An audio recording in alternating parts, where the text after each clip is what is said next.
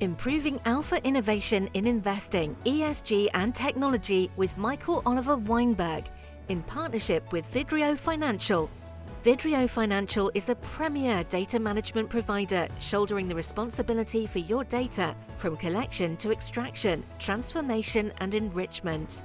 Vidrio monitors over 2,000 diverse funds, processing millions of data points each month. Discover how Vidrio empowers your institutional portfolio data by combining advanced AI and human expertise to yield comprehensive analytics on performance, cash flow, risk, valuation, and more. All delivered seamlessly through Vidrio's Data Management Hub. Save your investment team valuable operational time, providing actionable insights like never before. Explore more at vidrio.com. Hi, this is Michael Oliver Weinberg. We would like to welcome everyone to the Improving Alpha, Innovation in Investing, ESG, and Technology podcast series. Today, Professor Simon Mayer of Carnegie Mellon's Tepper School of Business will be our guest. So listeners have a high-level sense of our roadmap. We will start with some background, then discuss the usual. Investors, academics, and business leaders should be able to extract a great deal of value from Simon's insight. On that note, welcome, Simon. Thanks so much for having me, Michael. Our pleasure. Why don't you start with your background, how you got to where you are today at CMU's Tepper School? Yeah, thanks, Michael, for introducing me. So my name is Simon Mayer. I'm originally from Germany, and I'm currently an assistant professor of finance at Carnegie Mellon's Tepper School of Business, where I'm teaching courses on financial markets, corporate finance, fintech, corporate restructuring, and private equity. As for my background, I originally studied mathematics and economics in my undergrad and then developed a keen interest in finance and quantitative research, which led me toward going toward a PhD in financial economics in the Netherlands.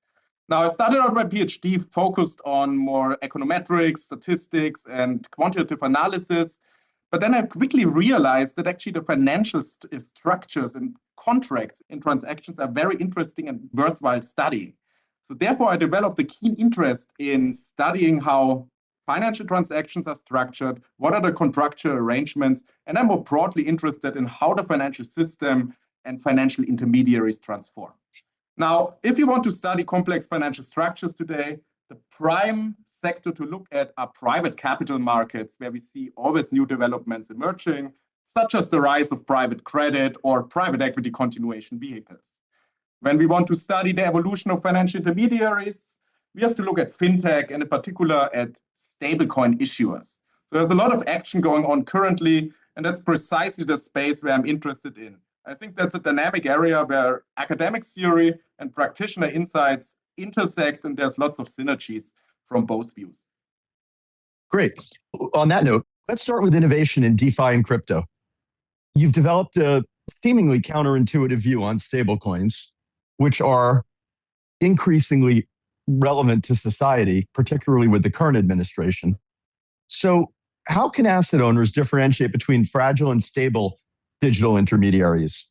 That's the first part of the question. And then why might traditional reserve requirements actually be counterproductive for the ecosystem is the second part of the question. Yeah, thanks, Michael, for this take. Indeed, there's lots of action going on in the space, and part of it is obviously due to the new regulatory framework put forward by the new administration, i.e. the Genius Act and the Clarity Act. So I've followed stablecoins since early 2020, and back then the market was basically plagued by major failures, especially among algorithmic or under-collateralized stablecoins. A notable example of that was Terra Luna, and that failed basically in 2022 and erased basically 60 billion of market cap. Now, I remained always optimistic about the role of stablecoins in the broader financial ecosystem and for digital payments in particular. So to understand the fragility or stability of these stablecoins and to distinguish between robust and fragile designs, we should take a quick step back and see how stablecoin issuers try to basically manage the pack. So major stablecoin issuers such as Tether or Circle providing USDC, they issue stablecoins and hold reserve or collateral assets that they use basically to maintain the peg by either repurchasing stablecoins when the price drops below the peg or by facilitating redemptions. Now, I would distinguish fragile from robust stablecoin designs alongside three dimensions. So for stability, we need either collateral or reserve quality, that is, whether the reserves are of low risk and high liquidity. Another important point is collateral sufficiency, whether the stablecoins outstanding are backed on a one-to-one basis by reserve assets. And last, as a third point, one also has to look at the protocol design, in particular the algorithmic stability mechanism and the risk management by the issuer. Now, my lesson from the failure of Terra Luna was not that innovation alongside these three dimensions is impossible, but it was rather that Terra Luna was ill-designed alongside all three dimensions. There was insufficient collateral, the collateral they had was of inherently low quality, and the protocol design was circular. Now, what my research shows, in my view, is basically that algorithmic and synthetic approaches can work if they are designed properly and supported by adequate collateralization. So in principle, you can have reserves that are inherently risky as long as there are sufficient reserves and the protocol design is focused on risk management. Now, the trade-off, in my view, is not necessarily stability versus instability. I think we have solved this trade-off for now. What I'm looking at is stability versus stability plus economic value. And in particular, the challenge here is how to maintain stability and harness economic value. The current regulatory approach in the Genius Act leaves basically two options. The most stringent option, which is focused on capital requirements and stablecoins being backed by low risk, high liquid assets such as T-bills, naturally solves the stability issue. But what I would argue, there are 2 points that basically undercut a little bit the economic value proposition. Would you like me to elaborate on those? Okay, yeah, please. That's definitely. Yeah, so when we restrict stablecoin issuers to hold these low yield, low risk, and high liquidity assets, that's naturally a yield track or implies lower profitability for these stablecoin issuers. Now, these costs may be ultimately passed on to the users of stablecoins through higher fees or lower interest payments. Now, to date, interest payments on stablecoins are largely precluded by regulation, but that's subject to regulatory debate and might change. And we might see going forward stablecoin issuers being competing on that dimension. At the same time, reserve assets currently, so T-bills and such, have relatively high yield, but that might also change if short-term interest rates decline, and that might make stablecoin issuance less profitable. The second drawback when it comes to economic value is basically a custody bottleneck, and that's like an issue between off-chain reserves and on-chain stablecoins. So current restrictions require that issuers hold off-chain assets such as T-bills in custody. And this custody requires audits and ongoing verifications. On the other hand, stablecoins are recorded on the blockchain.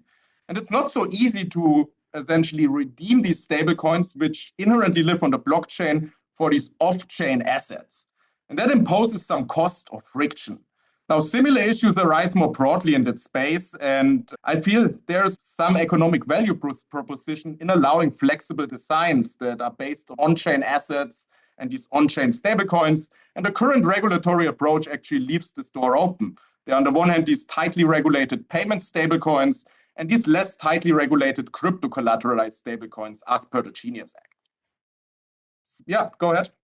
Yeah, but I guess where I'm perplexed is this.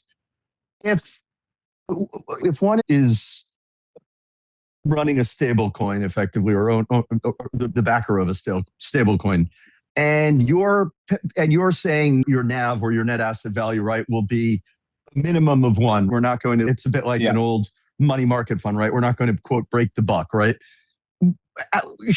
Like, how is it not, why shouldn't it be compulsory, though, to have a collateral pool that is effectively fail-safe or bulletproof? In other words, because again, like if we're talking about stablecoins being an integral part of the financial system, you need stability, and you can't have bank runs or the equivalent. And personally, for example, I lived through a bank run at First Republic Bank when I headed their alts there. And you can't have a situation like that. Don't you risk that? If, let's say, if you allow stablecoin operators to invest a significant amount in risky assets, how does that? You got to explain to me what I'm missing here. Yeah, no, that's a fair take on this point. So indeed, I'm not saying that all stablecoins should operate under substantial discretion. So there are certain stablecoins like payment stablecoins that are the backbone of the financial systems. And for these stablecoins, tight regulation, indeed such regulation precluding the bank run-like phenomena is definitely warranted. And the Genius Act is precisely doing that. However, there are also other types of stablecoins and stablecoin use cases that are less central to maybe digital payments and are more specific to certain DeFi applications, such as speculation and so on. And also the Genius Act leaves the door open for those. So as I would like to put it is essentially, yeah, there are different use cases and product differentiation is something we want in this space. So on the one hand, we have these payment stablecoins. They should be stable under all circumstances. On the other hand, it's useful to also potentially allow for different stablecoins that might pay their users some yield, might be used in certain DeFi applications, and these stablecoins do not need to be so tightly regulated because there's less of a financial stability concern in this context. So I hope this reconciles these views. It does. And then I have another question for you, which you may or may not like to answer, but hopefully you do. And we won't talk about the issuer by name intentionally. There's a rather large stablecoin issuer that has never had a bona fide or proper audit by a top 3 or 5 accounting firm. I guess there are 3 now. It has some minor subsidiary in Europe giving some sort of quasi-affirmation. And over many years, the price of Bitcoin has risen significantly. But my question is, if you're a stablecoin issuer and if you're a public company, like I can't imagine investing in a public or private company without an official audit from a top firm or a top small firm. If you're a legitimate stablecoin issuer, what possible reason would there not to have an audit if all the assets either are or were there? Yeah, it's a fair point. So in my understanding, this very stablecoin issue you talked about is very profitable, having reached a significant private market valuation that competes with the largest companies that we see in public markets. And yeah, the stablecoin issue is precisely very valuable and very profitable because the assets are not these low risk, high liquid assets such as T-bills, but they also involve like Bitcoin or gold and so on. Now, my understanding is that if the stablecoin issue would like to do business in the US and hand out these payment stablecoins, it ultimately has to comply to the Genius Act and provide a separate stablecoin product compliant to this US regulation. And that's where it's going. And yeah, as for the profitability and everything, it's also my understanding that the stablecoin issue prefers remaining private and distributing its gains to the current investors. So now, yeah, I think this is a good question why an audit wouldn't be helpful in this case. But in fact, yeah, for the US component of the stablecoin, it will be audited and it will be in compliance with the Genius Act, in my understanding. But you probably could ask other people on that, how this is evolving and so on. Yeah, and ironically, I actually wonder if it wasn't a situation where at one point it wasn't sub-NAV, but then because of the growth in some of the assets, particularly Bitcoin, that it grew out of the issue. But anyway, I don't know. Who knows? Maybe my theories are erroneous. In any case, let's move on. Okay, let's shift to asset owners and GPs. Private equity, DPI or lack thereof, lack of distributions have effectively resulted in continuation vehicles, CVs. As continuation vehicles become more common, the question I have for you, Simon, is how should LPs evaluate the strategic asset transfers between funds to ensure that LPs aren't on the wrong side of an agency or principal agency conflict? Well, that's indeed a very interesting trend, the rise of private equity continuation vehicles. That's something I'm very interested in. I'm studying why do they arise, what are the potential benefits, and what are also the conflicts of interest introduced by these private equity continuation vehicles. Now, what are potential reasons for these private equity continuation vehicles to arise? Liquidity needs among LPs and the difficulty to exit naturally give a rationale for private equity continuation vehicles. In addition to that, we see some demand from investors, including retail-oriented funds, which would like to get some exposure to private equity assets that are already mature and de-risked, and private equity continuation vehicles are there to satisfy this demand. Now, what I'm particularly looking in, and that addresses your question, is the risks and conflicts of interests associated with CVs. Now, as I view it, the biggest risk with the continuation vehicle is not that the general partner is dumping low-quality assets and raises a zombie continuation vehicle, but it's rather the valuation in these transactions. Now, the data indeed suggests that like these private equity continuation vehicles contain rather high quality assets. Now, what is the concern here? The general partner is sitting on both sides of the table, representing both the sell side, i.e. the legacy LPs who would like to exit, and the buy sides, i.e. new investors who come in and invest in a continuation vehicle. At the same time, the GP is also co-investing crystallized carry from the legacy fund and therefore maintains sufficient skin in the game in the continuation vehicle. And this is precisely the incentive mechanism that precludes low-quality transfers. So what could go wrong? This co-investment aligns the GP more with the buy side than the sell side. So the GP has great incentives to not obtain the best price. So economically, they might be incentivized to lowball the legacy LPs. What contributes to that is that the legacy LPs, by and large, do not roll over their stake. Indeed, often these are legacy LPs that need liquidity and do not have much choice but to transact at the offered price. So what should investors be looking out for? Investors should be looking out for whether the incentive scheme, and in particular the carry structure in both funds, including the co-investment, are structured in a way that the GP's incentives tilt toward the buy side. And if this is the case, the investors should carefully evaluate the investment opportunity under taking into account the GP's incentives, because this matters for valuation and whether the GP has incentives to maximize the price or rather to obtain a lower price, which can benefit the GP through having carry that's easier in the money in the continuation vehicle. So just to clarify, what, based on either the research you've done and or statistics you've seen, what percent of the time is the GP typically incented to shift the higher quality assets to the CV or continuation vehicle? The data is very clear here in the sense that, or the data, it's not so clear, the time is still out. We still need a little bit of time to assess how these continuation vehicles emerge, given this is a more recent trend. However, the preliminary data reveals that it is typically the higher quality assets and larger assets that are transferred to the continuation vehicles. So this concern about zombie continuation vehicles containing low quality assets does not seem to be of first order. Now, what do we see in terms of incentive structure? We see significant co-investment, again, providing incentives to transfer high quality assets. And we also see that like most continuation vehicles are raised when the legacy fund is in the money or deep in the money. Now, this is good news for the legacy fund LPs because the GP being in the money in the legacy fund naturally aligns the GP also with the selling legacy LPs. However, still, there is significant co-investment and carry that the GP gets in the continuation vehicle, and this might tilt the GP toward the sell side. And again, this undermines the GP's incentives to get the best price for its legacy LPs. Now we see market norms and structures emerging, mitigating these concerns, such as external valuations, fairness opinions, or the option for legacy LPs to roll over under status quo economic terms. But what my research would argue, indeed, valuation remains the key concern. And the key concern is that the GP might actually benefit from favoring the sell side over the buy side. So in short, continuation vehicles could be a great investment for buyers of continuation vehicle shares, while it could be rather not so good deal for the sell side, the legacy LPs that are desperate for liquidity. Right. So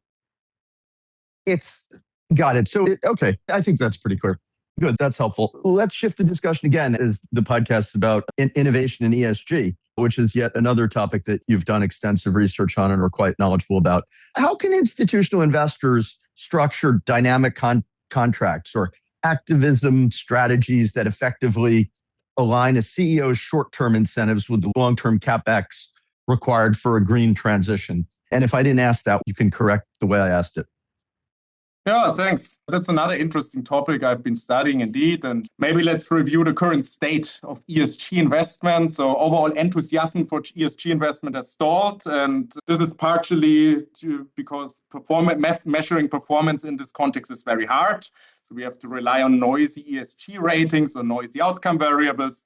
And in addition to that, the real effects of ESG investment, that is where the firms really transform, have just not been seen. And that might be because the very premise of ESG investment, namely a premise that investors tilt their portfolio towards green assets and thereby raise the cost of capital for firms that are not green, maybe this channel is just not strong enough. So what I'm arguing in my research, or what we're exploring, is another form of ESG investment, namely one driven by large shareholders or shareholder activists in the context of private markets that would be also applying to private equity sponsors. Now, I highlighted here now these two broad approaches to sustainable finance, namely one based on passive investment, where just investors allocate their capital toward green firms, and one based on active investment or shareholder activism. The first approach has been fairly ineffective when we look at the data. So either the effect is not strong enough or it's not successful to date because we're looking at the long run. Now, for the activism part, we face other challenges in the sense that indeed performance measurement is also hard. So you asked about these dynamic contracts. When we think about shareholder activists, what would they do to change firms? They would go in and they would beef up the governance structure, or they would advise and do some operational engineering, something that private equity sponsors typically do. Now, in this context of ESG investing, we would need a reliable long-run performance measure in order to structure such dynamic long-term contracts and to align the CEOs and management of a company with long-term objectives. And that's a very practical challenge here, in addition to other challenges, such as some investors prefer financial objectives, others might be also interested in non-financial objectives, and so on. There's lots of conflicts of interest there that stand in the way of ESG investing, also through activism being highly effective. Okay, let's shift the research section discussion to SPACs. At one of my prior firms, I was one of the world's larger investors in SPACs, arbitrage. So the arbitrage, and as investors will no doubt know, investing with a view to get the cash plus an interest rate, and then likely actually voting against the deal and leaving the deal for subsequent shareholders, which is quite different than the way most shareholders invest in SPACs, which is buying because of the deal. You've done research on that. And the question I have for you, is the SPAC market fundamentally a lemon market for non-credible sponsors? Or is there a structural alpha for investors who can identify specific sponsor characteristics? So I'll let you take it from there.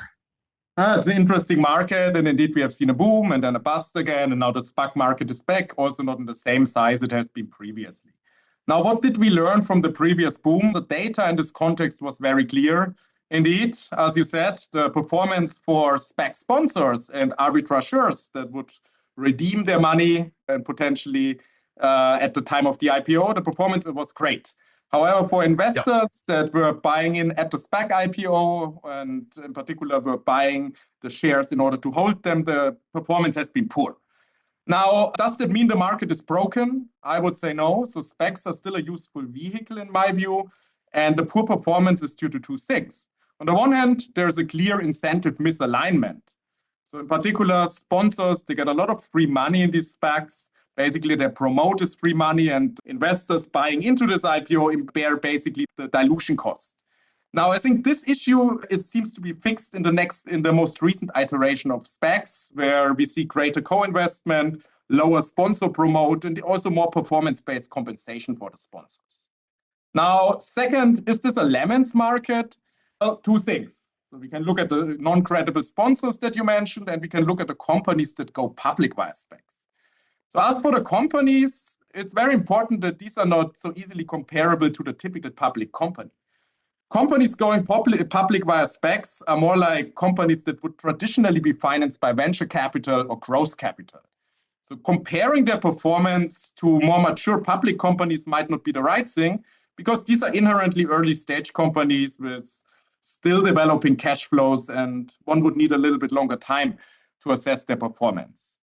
Now, as for the sponsors, we have seen lots of different sponsors being active in SPACs, some including some sponsors being new to finance overall, other sponsors coming from the private equity space. And indeed, in this context, research shows what everyone would expect. The reputable sponsors, including those with ties to the private equity industry, they typically raise better performing specs, and that indeed might reflect their reputational concerns, also might reflect that they have easier time fundraising and deal sourcing. So overall, so in my view, specs can still be useful, interesting market to invest, but the incentive for misalignment has to be fixed, and it probably should be conducted by sponsors that are in the PE and VC space and have significant expertise in how to conduct these deals. But for arbitrageurs and sponsors, the last boom has been great in terms of performance. Yeah, we had very strong risk-adjusted returns during that boom as an arbitrageur. Yeah. And to your point, we are back in a mini SPAC boom, or an echo, so to speak, echo booms of the last one recently. Let's shift to literature, or academic or otherwise. Any favorite book or one you've read recently that you think highly of? Yeah, unfortunately, I'm not the best person to ask for book recommendations. Currently, I actually spend most of my time consuming periodicals, newspapers, listening a lot to podcasts. So I haven't been reading many books recently, partially motivated by the fact that everything is fast evolving, everything has a short half-life, so I spend a lot of time staying in touch with recent market movements. So as an academic, we also read a lot, and therefore I prefer the audio option more generally. So overall, not the best person to ask for book recommendations, so I prefer typically reading shorter articles and staying in touch with newspaper and so on. Any journals that you find interesting that we should be looking at or reading? I typically read the financial news when it comes to the daily market news. And then, of course, as part of my job, I need to consume the academic research. Now, there's a bunch of these mixed academic and practitioner journals that I sometimes look at, such as the financial analyst journals, so sometimes interesting market takes and market analysis from a practitioner point of view. And it's pretty often, for us academics, gives very important insights, because industry practitioners, they analyze the market trends much earlier, whereas we academics often just wait for the market to mature and analyze it afterwards when a lot of the action has already happened. Got it. Any advice for allocators or investors, either related to what we discussed or independent of what we've already discussed? Yeah, it's a little bit related to my prior point. So one advice to allocators, investors would be to bridge the gap between academia and practitioner-oriented research. In my view, create synergies between academic research and practice. We academics are trained in studying complex structures carefully, but often we lack the institutional details. On the other hand, we make then abstractions that help us isolate key economic mechanisms and frictions, but sometimes it doesn't 100% align with reality features. Now, practitioners typically have less time, more experience, more practical knowledge, and are more up to the recent trends. So as an academic, for me, it's often astonishing how well markets work, and how well market structures and financial transactions are structured. So overall, I feel like practitioners and academics are approaching the same problems from different angles, and I feel combining these two views can be particularly valuable, and it's something which I would like to pursue going forward. Yeah, that makes a lot of sense.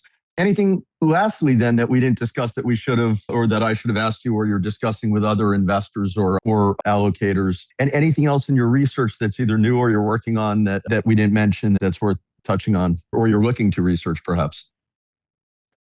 Yeah, as I said, I'm broadly interested in the evolution of financial markets and analyzing novel trends, both from an economic theory perspective, but also looking at the data.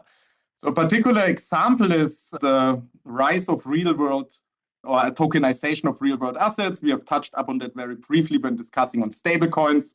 So stablecoins are the first iteration of how the financial system is emerging. So like stablecoins are basically blockchain representations of dollars, and now this principle is carried over to the tokenization of other assets, including private equity. So this is a particularly important area. So currently small market, 30 billion in market cap, however, quickly growing. So there's like also, I think, interesting space for investors to look out, because there's potentially a lot of economic value created, but it's not obvious who captures this economic value. So is it simply a reduction in transaction fees that is leading to less profitability of legacy financial institutions or payment providers, or is the economic value that's shifted towards the users of financial services and so on? So this is definitely a space I would recommend looking out, and I'm particularly excited of how things are evolving. So there's a bunch of market trends that I find particularly interesting, and that probably matters for allocators and investors as well. I've got a question for you related to that. At the extreme, right, there's the legacy world where nothing's on the chain, no existing assets are on the chain. And then there's the new world, right, where at the extreme, right, everything could be on the chain. To me, like there's probably some middle zone, right, which is maybe not a terribly insightful statement. But in other words, like something, sure, could be on the chain and should be and or would be benefit from being on the chain, but other things probably don't or benefit from being tokenized.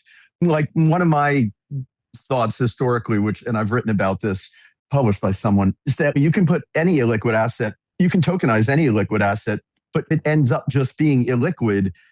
That probably doesn't end well for at least small investors. And you probably have sophisticated distressed hedge funds coming and buying the illiquid asset at a significant discount and then monetizing it with the less sophisticated investors taking the loss.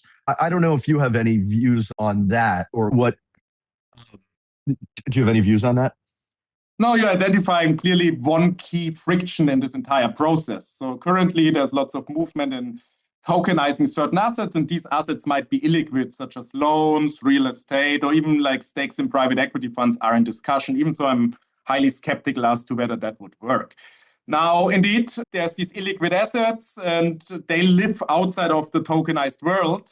So they have to be held often in custody to bring the price of these illiquid assets in line with how they are traded probably in the tokenized world. So this tokenization, in my view, serves as a bridge between a new space that's potentially emerging, we don't know yet, but we have to see, and the old space. But it's definitely not substituting for this old space, and or at least not in the short run. You have mentioned like several kind of key frictions here and potentially arbitrage, and that might end up might end up not so well for the retail investors. So yeah, so these are currently the challenges I feel that are still standing there, and they're not that easily resolved. So there's lots of enthusiasm, but like as things emerge, I feel people discovering these challenges, especially when it comes to tokenizing these inherently illiquid assets. They do not easily become liquid by just recording them on the blockchain and so on.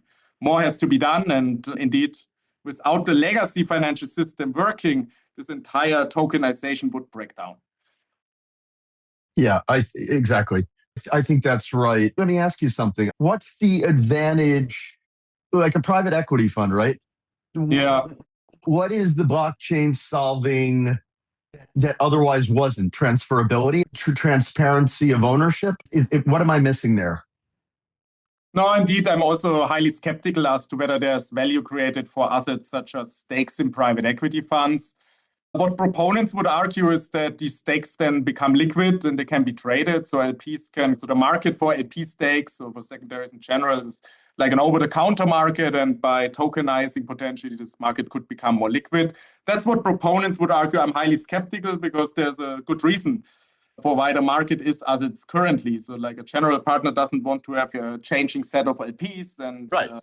It needs to consent as to whether LPs can transfer their stake. Right. So I don't see much value in this dimension. I think that's more practitioners bring that sometimes up, sometimes from a computer science background. It could be done technically, but the economics go against it in this context. It's and more like other assets. Tokenized gold or so, that's like maybe a better application for this tokenization of real world assets. Yeah, I think my understanding is it probably makes more sense to tokenize commoditized assets that are more fungible than perhaps unique or less fungible assets. Correct. I completely share this view. So this is what the market has to figure out. And yeah, indeed, we have to see how it's evolving. Currently, 30 billion market, obviously growing at rapid pace given the small size, but the jury is still out as to whether this is something becoming highly relevant or whether it remains a niche. And the same applies to stablecoins too. Part of this market, much larger, but we still have to see whether it's really this transformation of the financial system that some proponents would advocate for. Okay. And then have you done any work on evergreen funds?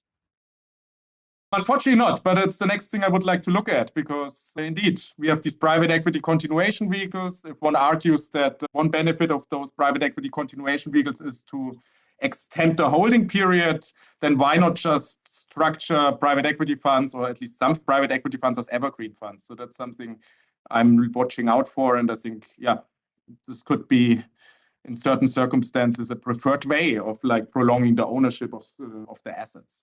So indeed, could be, I think like the evergreen funds are a very interesting development as well that I would like to study going forward.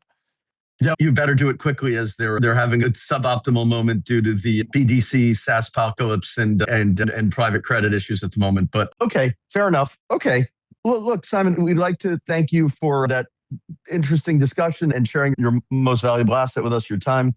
We hope listeners have a better appreciation for what one of our more thoughtful academics is thinking about and how we may all benefit as investors and allocators. This is your host, Michael Oliver Weinberg, hoping you join us again for our next episode, where we speak with another thought leader who will provide insight into improving alpha via innovation. Thank you, Simon. Thank you so much. It was great being here. Thank you for joining us on the Improving Alpha, Innovation in Investing, ESG and Technology podcast, presented in partnership with Vidrio Financial and sponsored by Alternatives Watch and PEVC Tech. Vidrio Financial offers a cutting-edge data management solution that not only collects and cleans your data, but also empowers investment teams to cut through the noise and extract valuable insights for better decision-making in areas such as valuation, risk assessment, and portfolio management. If you're an endowment, foundation, pension, sovereign wealth fund, asset manager, OCIO, or family office facing challenges with your data pipelines, we invite you to connect with us today and explore how Vidrio can seamlessly integrate with your investment team to enhance your data management capabilities. The information covered and posted represents the views and opinions of the guests and does not necessarily represent the views or opinions of Vidrio Financial or our host, Michael Oliver Weinberg. The content has been made available for informational and educational purposes only. The content is not intended to be a substitute for professional investing advice. Always seek the advice of your financial advisor or other qualified financial service provider with any questions you may have regarding investment planning.